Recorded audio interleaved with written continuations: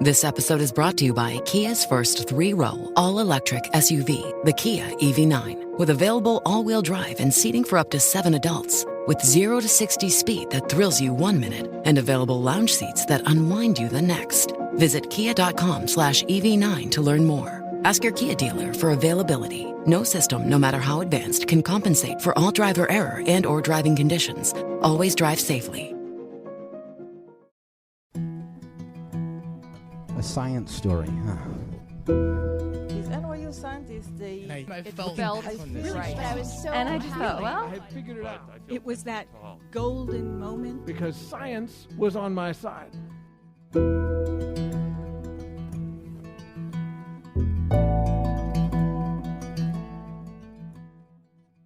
Hey everyone, I'm Ben Lilly, and welcome to the Story Collider, where we bring you true stories of how science has affected people's lives. A quick reminder, our 3-year anniversary show is next week, May 14th, at the Bell House in Brooklyn. More details at storycollider.org. This week's story is from Daniela Schiller.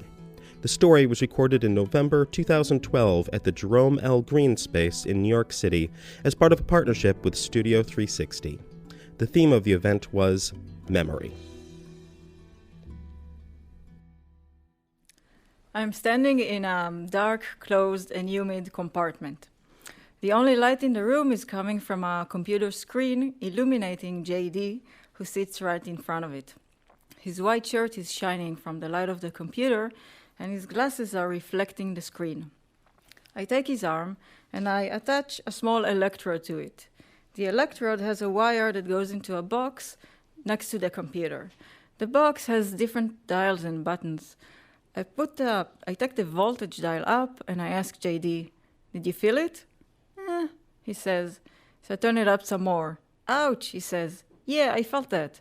"Are you sure?" I'm asking him, because I can turn it up some more.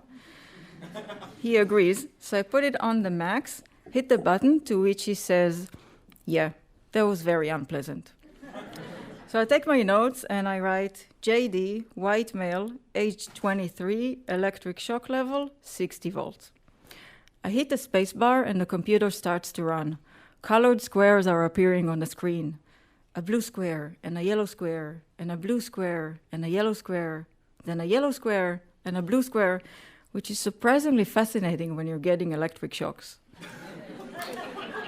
So I leave JD alone with the squares and I quietly exit the room. Outside, my eyes need to get used to the brightness. I'm in the middle of a huge laboratory space filled with cubicles and people, and everybody are working on their computers. I look at the peephole to see how JD is doing. I feel I have to do this like vicious laughter, because unbeknownst to JD, there's a hidden pattern in the squares. He's gonna get really afraid of the blue square. This is what I do for a living. At night, after work, I go to storytelling events, kind of like this. But one special night, science and storytelling converged, kind of like this. But that night was in the World Science Festival, and I had an opportunity to tell a story about science. In my story, I tell about this one incident in my parents' house in Israel. I'm on the balcony, and it's a bright, sunny morning, and I'm standing in attention, and I don't move. And inside the kitchen, my mom stands in attention. The neighbors outside walking stop and stand in attention. The drivers stop their cars, step outside, and stand in attention. Even dogs stand in attention, and they do this. What the heck? Now, the Holocaust is a big deal in Israel. And this here is the opening of the Holocaust Memorial Day, and there's a siren wailing across the country, and we have a whole minute to stand and reminisce. So everybody stands, with one exception, my dad. He sits there with the newspaper. He's wearing a green Moroccan gown, although he's completely Polish, and he's sipping his morning coffee. Now, we start to learn about the Holocaust already in 5th grade, and every year we have quizzes and exams. In 6th grade, they gave us an assignment. The teacher said, go find someone who's been through the Holocaust and write down what they said. So I go home. My father is at the dining table with his gown, reading the newspaper. And I go to him and say, Dad, can you tell me about your memories? And he says, nothing, and flips the paper. Since then, every year during the siren of the Holocaust Memorial Day, I have a whole minute to guess what is it out of the stuff we learned at school that he specifically underwent. But in this particular morning, when my father and I sit and stand, respectively, on the balcony, I don't guess. My mind is wandering back to the lab and to JD, because JD came back the next day, and I show him the blue square again. But this time I don't need to use the shocks. He's really afraid of the blue square. And this here is a special moment for me, because JD has a fear memory that I created floating in his brain. Now, JD, unfortunately, doesn't marvel the moment same as I do. But I can't help it. This is a moment where a scientific breakthrough happened, not so long ago, and actually around the corner at NYU. The NYU scientists, they did an experiment on the small furry version of JD, a rat. And the rat did exactly like JD, but when the memory was floating in her brain, the scientists hit it with a drug, and the memory was gone. The rat was not afraid anymore. And JD now is in the same situation. Fear is floating in his brain. I want to give him the same drug. There's a little problem. If I give him the same drug, I'll kill him. So maybe there's another way, because what the NYU scientists found is that there's a window of opportunity to change memories. Each time you retrieve a memory, it's vulnerable in your brain. And as long as you don't put it back in, it's unstable, and this is your window. This is when they hit it with a drug. So it's like you take something delicate from a box and you hold it in your hands, and then comes a scientist and hit it with a hammer. So there's nothing left for you to put back in the box. But then, here's the thing. Even without the hammer, just the fact that you took it out of the box, it's unstable, and it's actually constantly changing. And this here is the real discovery. Memories, once we access them, they change.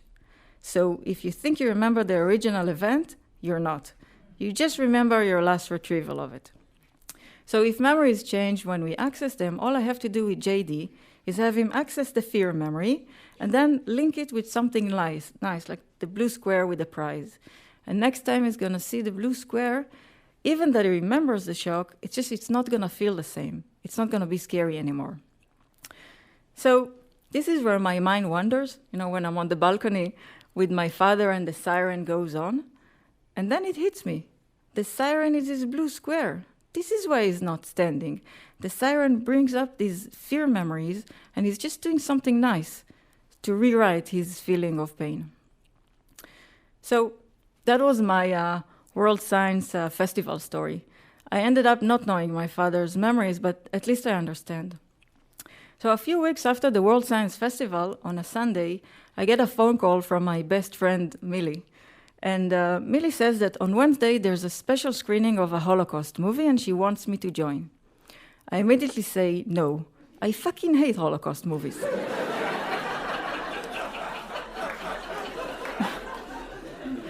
On Wednesday morning, I have the worst breakup on the planet. It's so bad that I'm saying, I might as well go to the Holocaust movie. So the movie is first in a series of short documentaries on genocide. Liron, the director, who I meet later, he's following not only the people who experienced firsthand the genocide, but also their kids and their grandkids. He wants to show how the trauma echoes from one generation to the other, like a ripple. So he calls it the Ripple Project. And after we talk, he listens to my World Science Festival story, and he wants to make it into a documentary, part of the series. So I tell him, good luck. My father's not going to talk to anybody. But he insists. He says, at least he's going to capture me trying. Now, at this point, I don't have a lot to lose. My father is 86. 10% of his lungs are functioning, so he breathes very heavily. You hear him from afar coming. He's like a Polish Darth Vader wearing a Moroccan gown. So I say yes, and we all cross the Atlantic to Israel. And I tell my father, the movie's on me, second generation and all, you don't have to do anything. They just want to film us chatting. He agrees, And we set up in the living room. And my father and I sit in the corner where the two sofas meet. He's on the edge of one, I'm not on the edge of the other.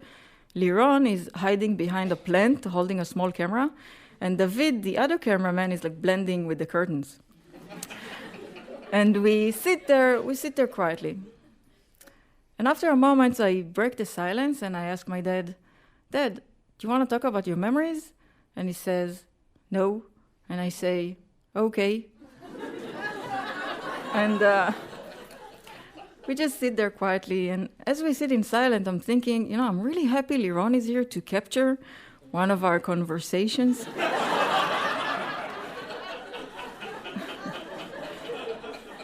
So after a few moments of silence, suddenly my father starts to talk. He says he had a little sister. Her name is Genia. And from the moment she was born, they were inseparable. And she was this happy little kid running in the street. And this was a problem because he would come back home hungry and there was nothing to eat. And when he was 14, he went to work outside the city, a few miles away in a farm. And every day he would pass by a shop that had candies and food. One day, when he came back home, he had a few coins in his pocket. It was payday. So he said, "I'm going to surprise Genia." He went into the shop and bought 3 cookies. And this is how he describes it. He says, "I was walking and walking and walking, and I was hungry, so I ate 1 cookie. And then I was walking and walking and walking. I was hungry, so I ate another cookie. And it's okay, because I still had 1 cookie left. And what do you think happened by the time I came back home?" he asks me. "I don't know," he says. "Well, the Holocaust movies are always about bravery and how you did this and that. Well, you know what? I ate the 3rd cookie." That's how it was. So in the days after, I'm trying to sort out the fragments of memories he told me. There were the fragments about his little sister. That was the happiest time in his life. There were the fragments about his mom. She fiercely protected him, and only the 2 of them survived. And the fragments about his uncle. Everybody thought he was a big miser before the war, but during the war, when they were both starving, he gave him a piece of bread and he let him have it all. So as I'm trying to sort this out, I'm coming to a shocking conclusion. These memories are good, even with the 3rd cookie. These are bittersweet moments of love and rare moments of kindness. So I understand my father, again, is 2 steps ahead of science, because if memories change when we access them, it's the good memories we want to protect.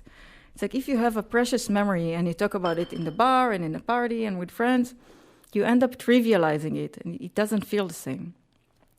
But recently, I realized there's actually one way to freeze memories. If you want to keep a memory as is, you carve it into a story. It's like a snapshot in time. And it's not keeping only the content, it's keeping the feeling alive. The best part is, now you're not the only one remembering it. We all are. Thank you.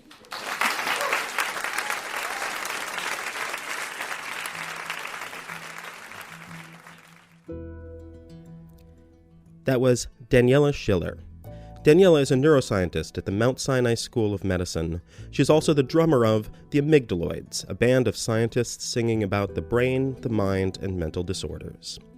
The story was told at an event produced in conjunction with Studio 360 with Kurt Anderson and was supported in part by the Alfred P. Sloan Foundation. For more science stories, take a look at storycollider.org, where we have archives of the podcast and upcoming events. We depend on you for our continued support, so if you enjoy these podcasts, please consider donating at storycollider.org/donate.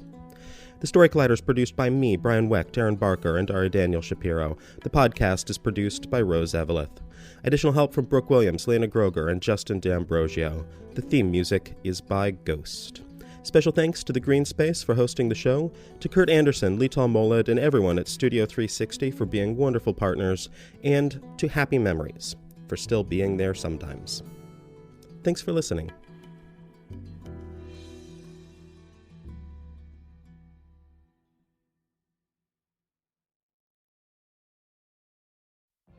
What if you could have a career where the opportunities are as vast as our nation, where it's not about mission statements, but a shared mission? At U.S. Customs and Border Protection, we go beyond to protect more than borders, from ship to shore, air to ground. cities to local communities, CBP agents and officers are keeping people safe. Join U.S. Customs and Border Protection and go beyond for something far greater than yourself. Learn more at cbp.gov/careers.